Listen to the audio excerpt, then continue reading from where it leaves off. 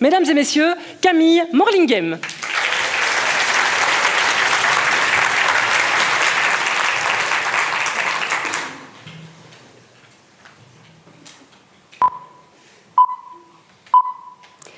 Savez-vous quel est l'animal le plus meurtrier au monde?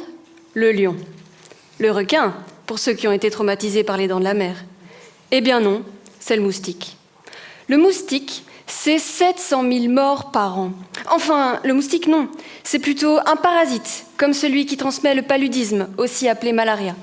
Il se cache dans la salive du moustique et attend qu'il ne pique un humain pour l'infecter.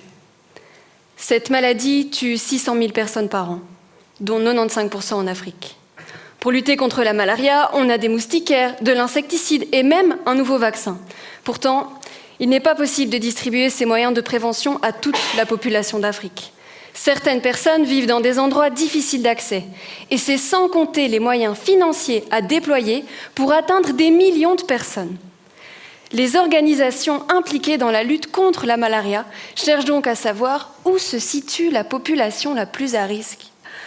C'est justement l'objectif de ma thèse, localiser la population à risque au Sénégal. Grâce à des enquêtes, un échantillon de personnes y est testé pour la malaria. Mon job à moi, c'est de prédire, sur base de cet échantillon, le pourcentage de personnes infectées là où il n'y a pas eu d'enquête. Magie! Une illumination? Pas du tout. J'utilise d'autres informations complémentaires sur la malaria. Par exemple, je sais que le moustique se reproduit dans des endroits humides avec de la végétation. Les personnes qui habitent dans ces zones sont donc potentiellement plus à risque. Mais si vous êtes couvert de répulsifs, le moustique pourra plus difficilement vous piquer. Dans ce cas de figure, vous n'êtes pas à risque car vous n'êtes pas vulnérable.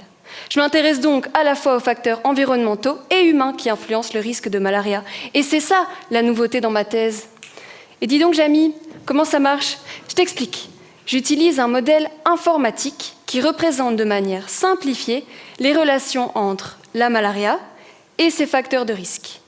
Je combine dans ce modèle les infos sur l'environnement, la population et les résultats des tests effectués lors des enquêtes.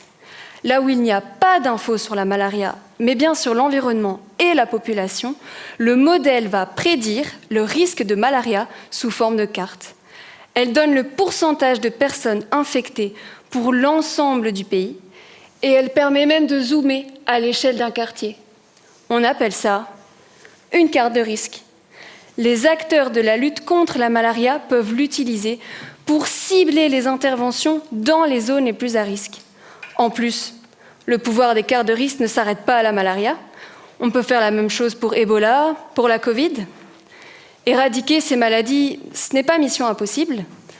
Quand on joue carte sur table,